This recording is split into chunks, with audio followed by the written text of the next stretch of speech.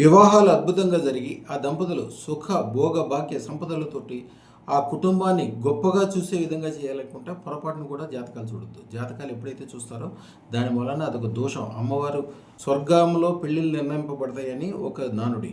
అలాగే పెళ్ళిళ్ళ సమయంలో కంపల్సరీ ఎంగేజ్మెంట్ రింగ్స్ అని పెడతారు. ఎంగేజ్మెంట్ రింగ్స్ అంటే అదృష్టరత్నం ధారణ చేయమని, అంతేగాని బంగారు ఉంగరం వాళ్ళకి నచ్చిన ఉంగరం పేర్లు రాసుకునేదే కాదు, అది తప్పది. అదృష్టరత్నం ఉంగరం చేసిన తర్వాత పెడితే వాళ్ళకు ఉండే దోషాలు కానీ, వ్యాపార వ్యవహారాల్లో ఉండే ఇబ్బందులు కానీ, రాబోయే తరాలకి పిల్లలు కలిగేటప్పుడు వాళ్ళకు ఉండే ఇబ్బందులు కానీ అట్లాంటివన్నీ తొలగిపోయి బ్రహ్మాండంగా ఉంటుంది.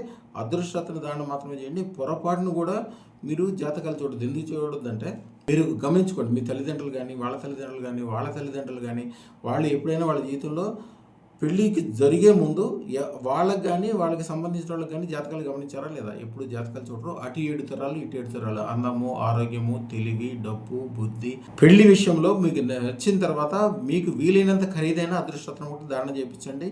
అమ్మాయికి ఒకటి, అబ్బాయికి ఒకటి. వాళ్ళ జీవితాలు అద్భుతమైన జీవితానికి గ్యారంటీ ఇచ్చేది. మీరు జాతకాలు చూస్తున్న తర్వాత వాళ్ళు మంచిగా ఉంటారని ఏ గ్యారంటీ లేదు. ఈ రోజుల్లో వివాహ వ్యవస్థ చాలా జరగటం కష్టంగా ఉంది. జరిగిన తర్వాత నిలబడడం కూడా కష్టంగా ఉంది. తర్వాత ఇబ్బందులు, తగువులు, పోట్లాట్లు నేను రోజు చూస్తుంటాను కొన్ని వేల మందికి. అదృష్టతన ధారణ చేపించి వివాహం చేసేయండి అంతే. మీ జాతకాలతో మీకు సంబంధమే లేదు. వాళ్ళ జీవితాలకు మాది గ్యారంటీ. మీ బంధువుల్లో కానీ, మీ చుట్టుపక్కల కానీ, మీ వ్యాపార వ్యవహారాల్లో కానీ మీకు సంబంధించిన వాళ్ళు, మీరు చూసిన వాళ్ళు అందరికంటే వీళ్ళు గొప్పగా ఉంటారు.